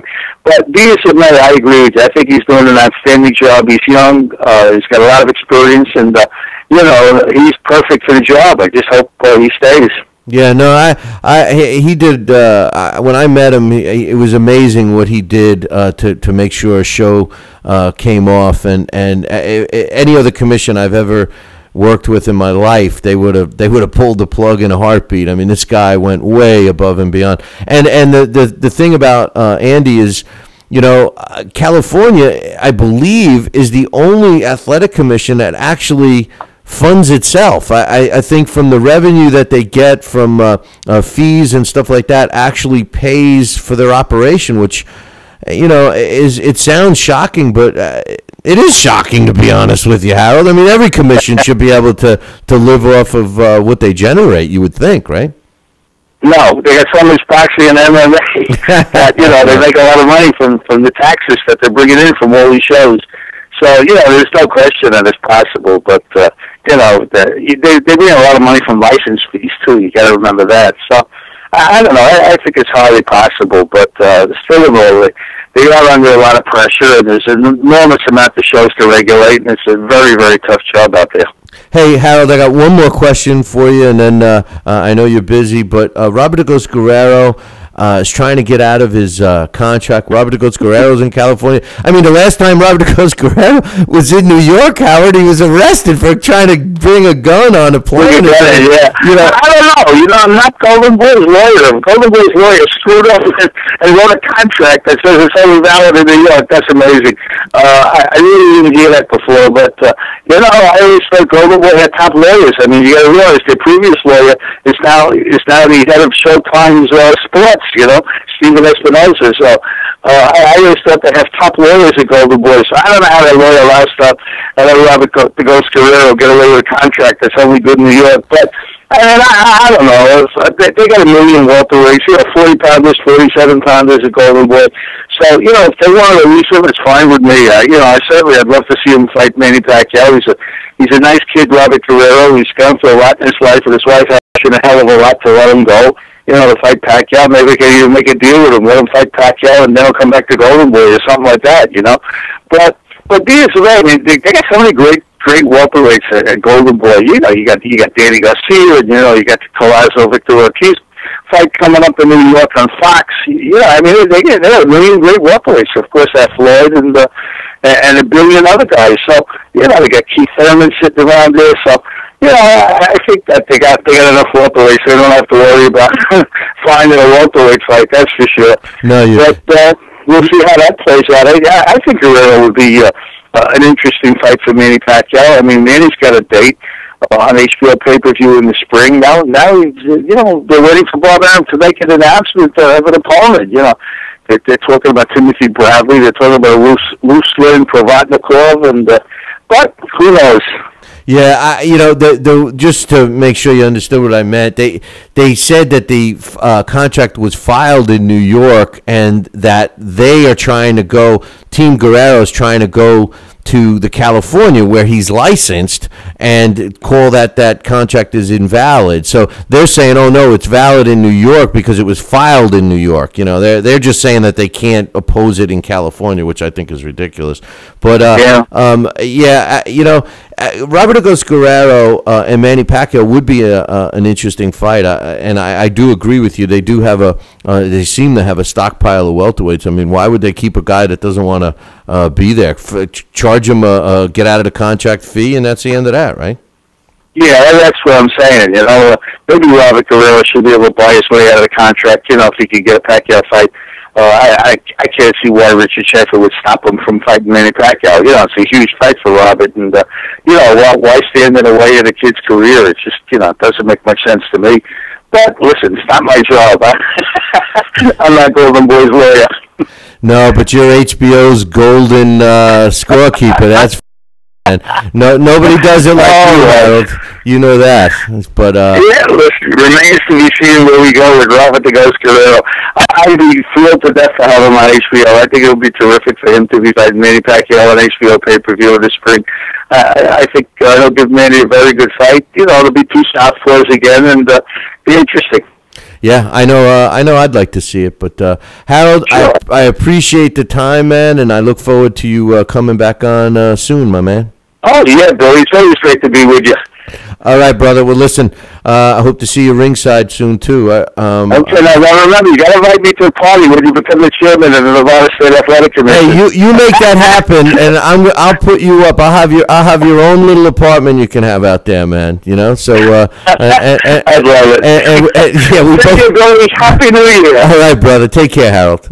Bye now. That's HBO's Harold Letterman giving us his thoughts, and he's my man. He really is. He wants me to go in the Nevada State Athletic Commission. Hey, I would do it, man. I think I could do a good job. So anyway, hey, listen, I'm going to take a short break. When I come back, we got some other news to talk about. Harold and I did mention about Spitzka being sent back to Poland. We'll talk about that. Jorge Arce. Remember he retired and then he came out of retirement? Well, how about he's going to fight one more year? We'll talk about that. We also got, speaking of fighters that should have stayed retired, Eric Morales. He's already booked to fight again. We'll talk about that. An update on Evander Holyfield. And Adrian Broner. Originally, Richard Schaefer claimed that there was no rematch clause in the Broner-Maidana fight, which we all talked about after that fight, saying what a stupid move that was on Golden Boy's part. That would have been the second or third major fight that they did not put a rematch clause in. But then it was released this morning. I got over the newswire that there was indeed a rematch clause in. And according to Adrian Broner, that he's fighting Marcos Maidana. But the problem is, does Marcos Maidana know that he's fighting him? Because apparently they're not offering Maidana enough cash. Talking Boxing with Billy C. Every week, 2 hours of the best boxing talk on the radio. I have a bunch of questions, Donnell, right? If you feel like you want to, you can answer for JD first. Why will you win? JD Chapman, why will you win? Baby Holmes will get sick and get hit by a train that day on the way to the fight, or he might have diarrhea, he might have the flu, he might throw up, one of his eyeballs might fall out that day, and I might get lucky. Talking Boxing with Billy C. If you want your voice heard on Talking Boxing with Billy C, then call our hotline at 845-228-8710. Leave a voicemail, or you could just tell Billy C that you like his mustache. Should I ask you your opinion about this idea? I'm just trying to give you the encouragement. Listen, all I need from you is to make sure you don't hang up on people. And if we like your call, we'll play it back on the air. You have the knowledge and wisdom of boxing because of what you do and how well you do it. Leave your name, hometown, and what you think of the show. 845-228-8710. We want to hear you. Hey, fight fans, check out KOFantasyBoxing.com. KO Fantasy Boxing is boxing's only trademarked fantasy game. Check it out, www.KOFantasyBoxing.com. Select your own gym, your own fighters, track them through a season that can last from 3 months to a year, depending upon which league you join. You got to check this out, man. www.KOFantasyBoxing.com. Join it today. Again, www.KOFantasyBoxing.com, and tell them Billy C sent ya. The one, the only, Don King. Makes me feel good, Billy, to have you, the #1 show in the country, Talking Boxing with Billy. So I invite each and every American that's listening to this great show to tune in, because we want you to be there with Billy and me. Now back to Talking Boxing with Billy C. He may not have an Excellence in Broadcasting award, but the night's still young. And he's got martinis. So you never know what may be by morning. It's Talking Boxing with Billy C. Talking Boxing with Billy C. And we're back. See, I can't play that. Can't play it because of YouTube. See, I try to be a nice guy with the stupid YouTube. All right, but I can't play my normal stuff. Can't play my normal stuff without getting all this. Oh, you can't play that. You can't play that. Anyway, you're listening to the Talking Boxing with Billy C show. You're watching us on the Fight Now television channel. Really, that's the best way to be watching this show is on Fight Now TV. So make sure you call your local television provider and tell them that you want the Fight Now channel added to your sports channel lineup. It's that simple. Pick up the phone and call them. What, you don't know the phone number, the place that you have your TV service with? Well, no problem. Go visit Fight Now's website, www.fightnow.com, and they'll even help you get the phone numbers to all of the TV providers. So check it out. Call them up. If they don't have it available, tell them you want to officially request the channel. Okay, I made these guys wait long enough. We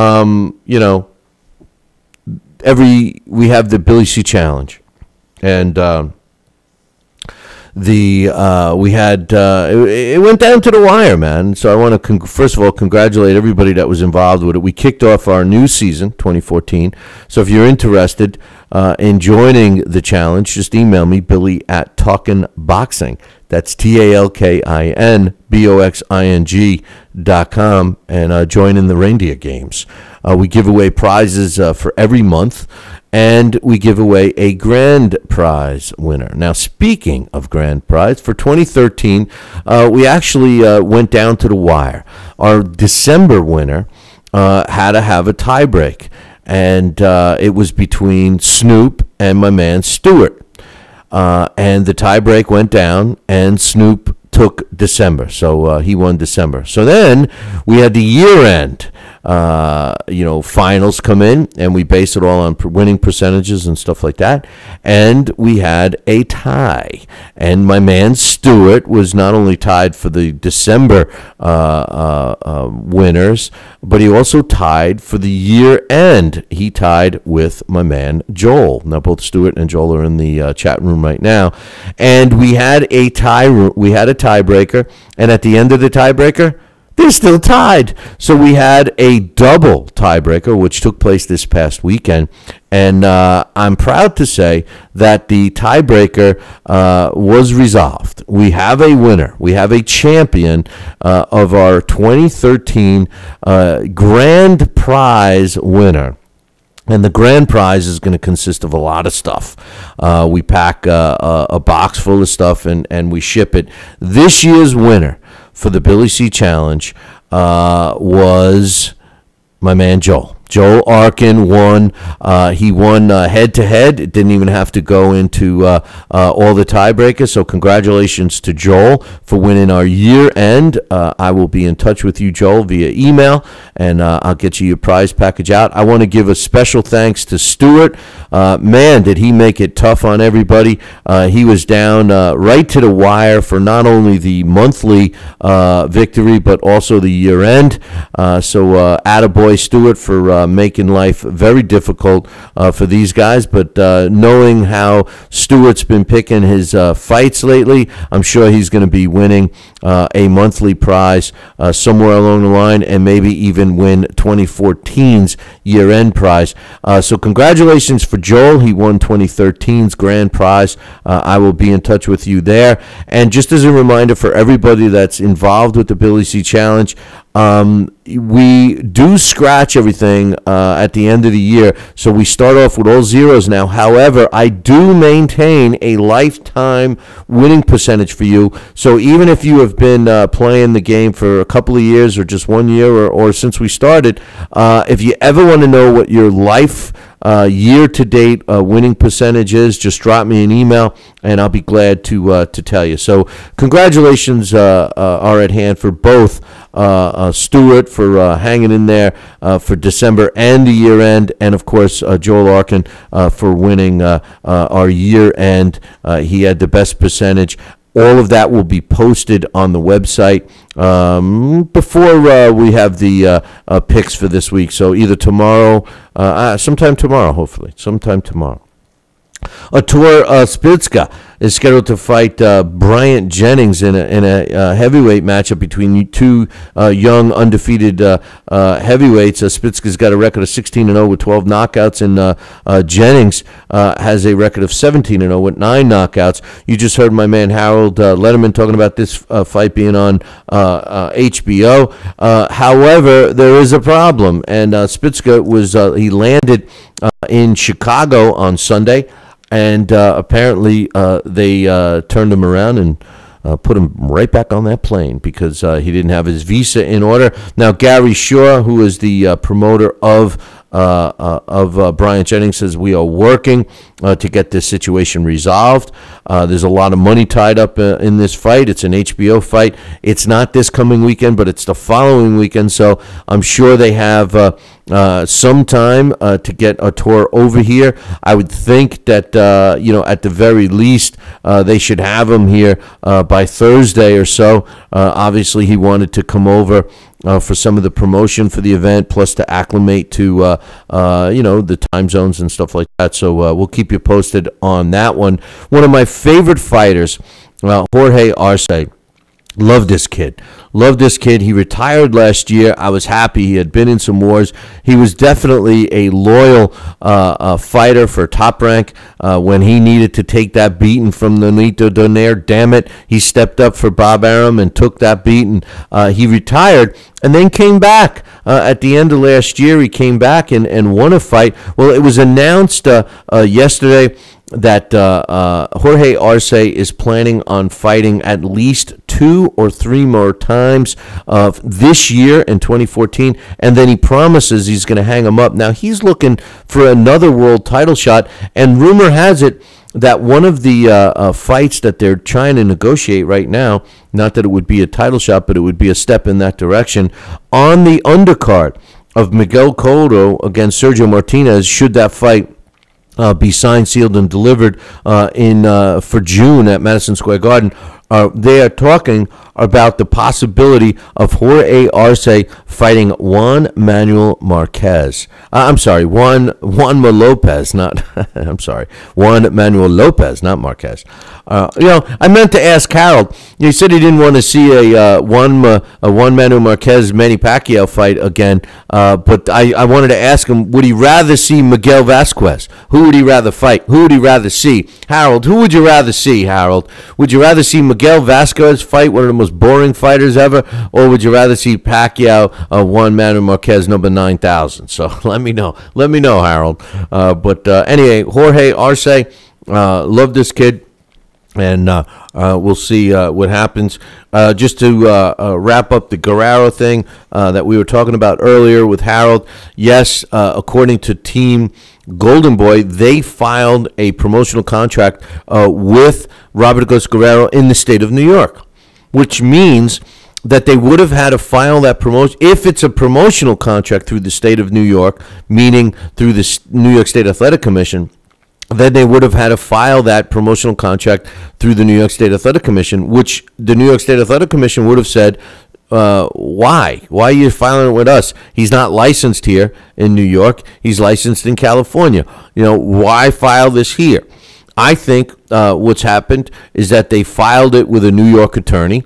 They filed it under New York State court law, and that's where the contract is located. But here's the thing. All boxer manager, boxer promoter contracts that are not about contract, not about boxer promoter bout contract, meaning for one fight, any long-term contract should be filed with the home state of the fighter.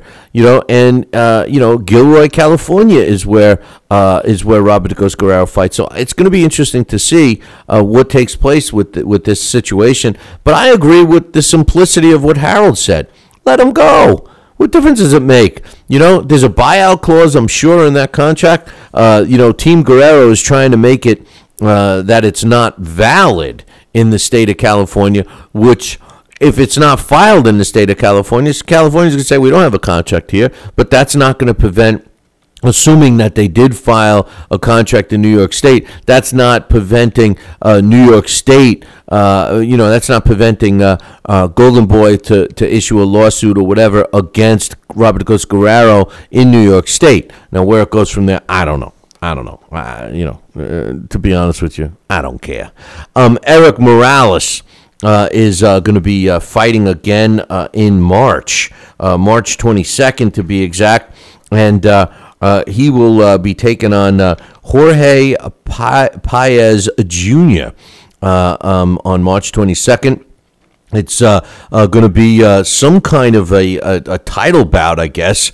there'll be a title involved because it's going to be a 12-round fight, and it's going to be at the welterweight limit. So we'll keep you informed about that. Now, I know a lot of people are upset about this, but Evander Holyfield was voted off the Big Brother reality show in the UK. Yeah, he was. He was voted off.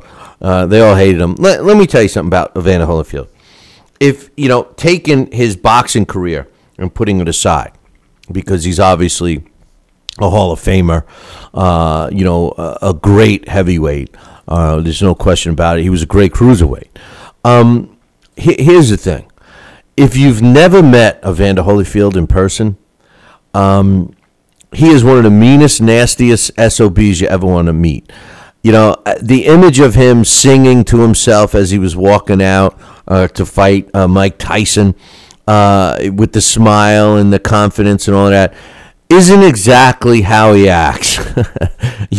I got the pleasure of meeting him and trying to talk to him one time. And he was the meanest, nastiest. He didn't even smile. I mean, and to put him on a reality show, the guy is hurting for money. So he's going to do anything for money. But this does not surprise me that he was actually the first contestant that they all voted him. Not only did the people of part of the show vote him off, but they had the public vote him off too. So Evander Holyfield, not a fan favorite in the UK.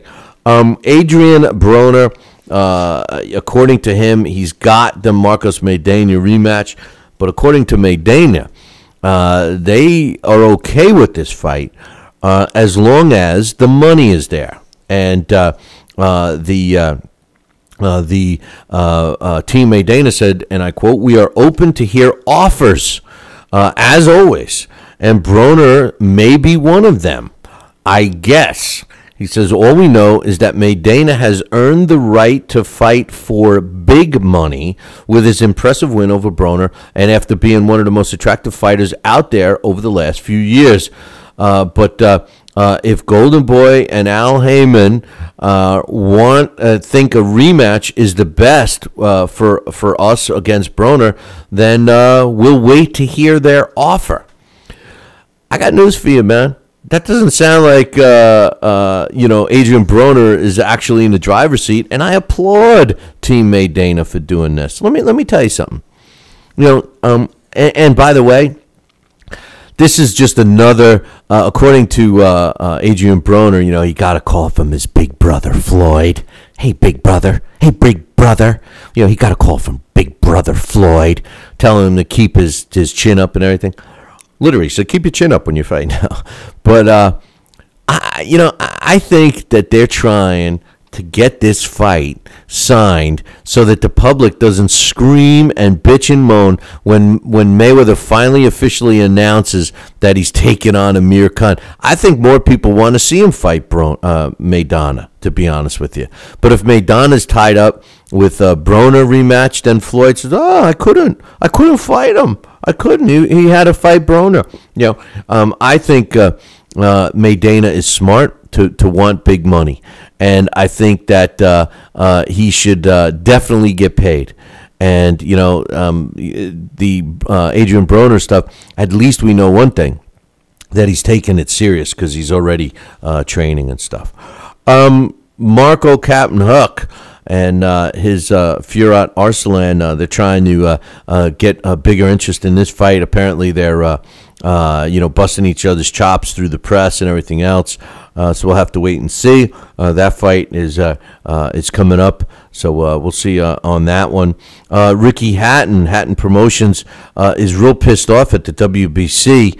Joined the crew. They are upset that Saul Alvarez and Alfredo Angulo are possibly going to be fighting for a vacated WBC junior middleweight title because Floyd Mayweather apparently has to vacate either that title or the welterweight title, which I haven't heard from the WBC. But according to Hatton Promotions, they feel that if that is the case if the WBC does allow Saul Alvarez and Angulo to fight for a vacated title. That ain't right. Why? Because they feel that their fighter, who is actually who currently has the silver belt in the same division, Sergio Rabinchenko, that he would be the guy that clearly deserves the first shot at it. And you know,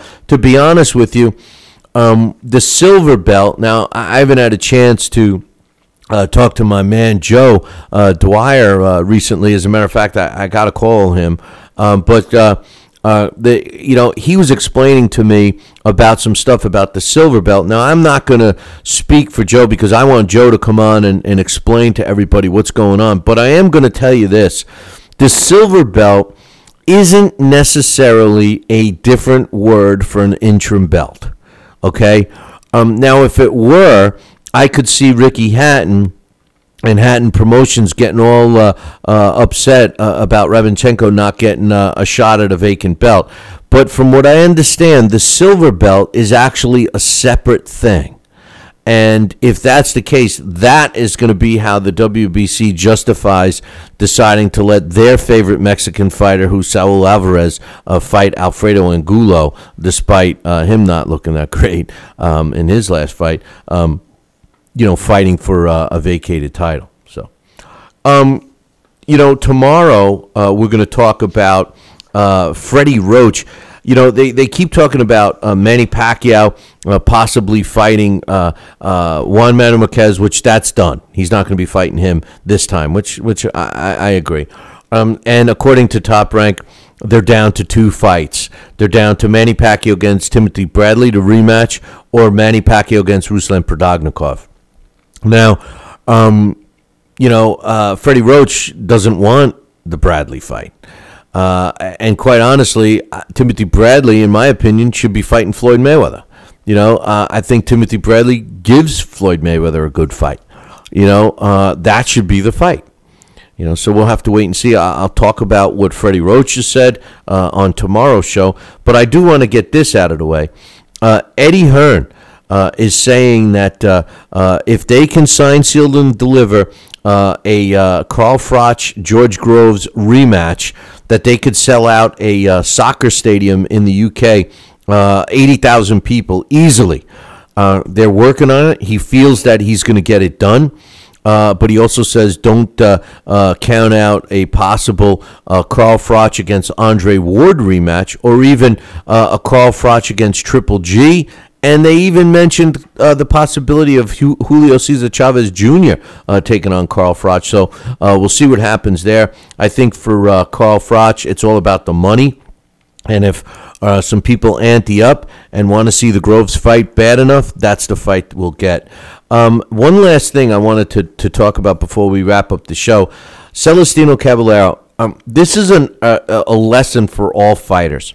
All right. Now, one funny thing about Caballero is he claims he's got a promotional contract with Floyd Mayweather's The Money Team, which I have never heard him as part of that. But in any event, he claims he's got a promotional contract, but nobody talks to him from there. I just think this guy's a whack job. 37 years old. But here's the situation. If you recall, he was a champion. Did not like the situation with a promoter not being able to put the fight on when he wanted it, and didn't want to go to purse bid, and all of these things. He's trying to flex his muscle like he's in this big demand, and he ends up losing everything. He loses his title. Nobody even gives a crap about him, and he's still campaigning that he's worth all this money. He says, "I want to fight." He says, "I want to fight."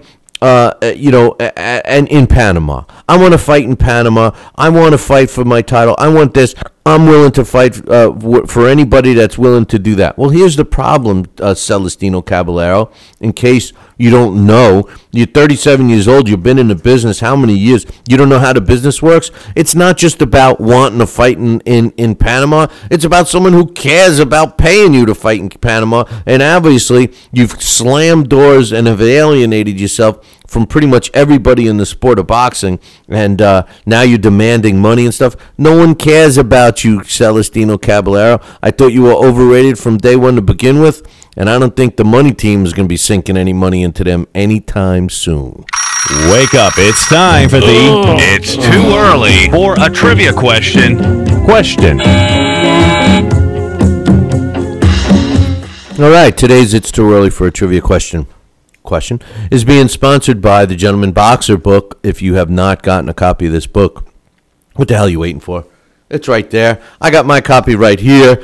You need to get a copy of this book. It's a great read. Not only is it the story of Joe Grimm, who was an up-and-coming bantamweight in the 1920s, but it paints the picture of a lot of great bantamweights of that era that you really need to learn about. But the best part of that I liked about this book is it brought me back in time. The author, Ian Grumeza, does a fantastic job painting the picture of what it was like to be in an arena during the 1920s, watching a fight as a fan or even being involved in a fight as a fighter.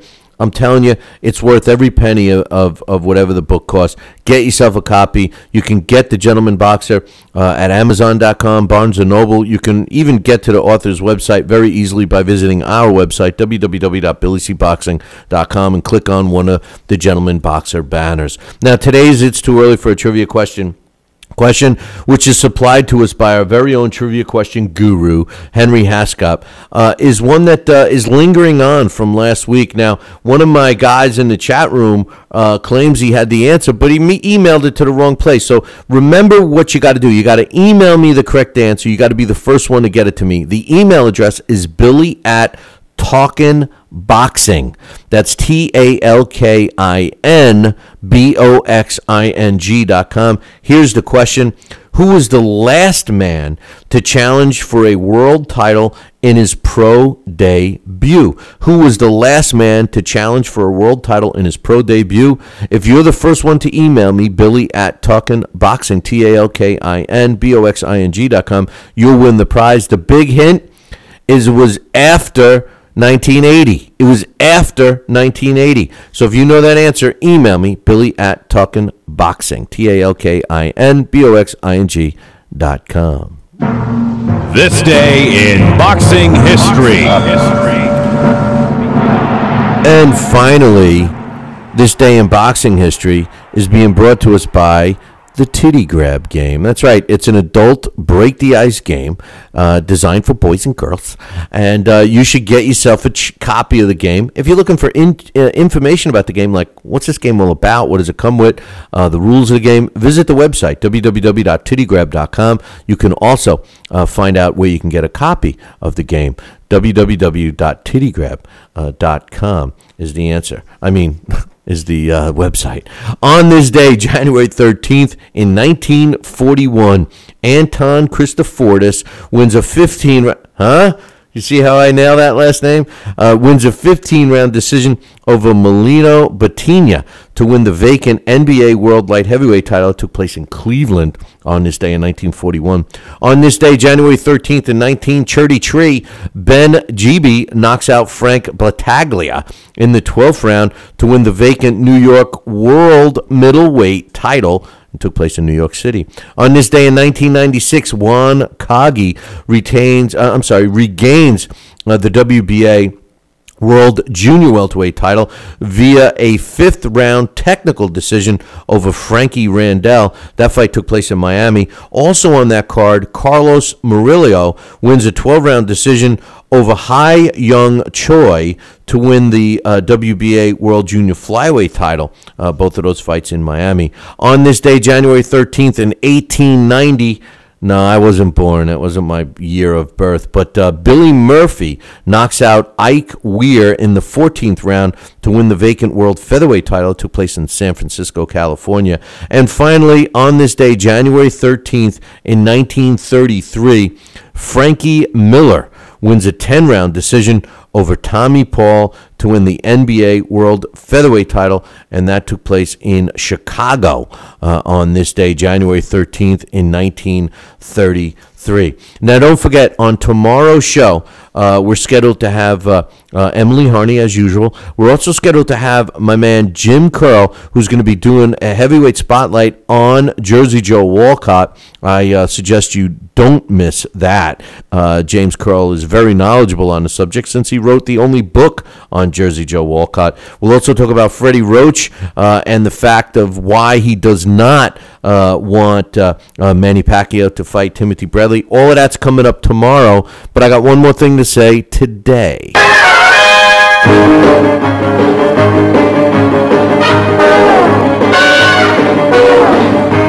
Make sure you tune in tomorrow evening, same bat time, same bat channel. Well, there's only one channel, the Fight Now channel. Call your local television provider and tell them you want the Fight Now channel added to your sports channel lineup. It's that simple. Pick up the phone and call. All the information can be found on their website, www.fightnow.com. See you all tomorrow. Ciao, baby.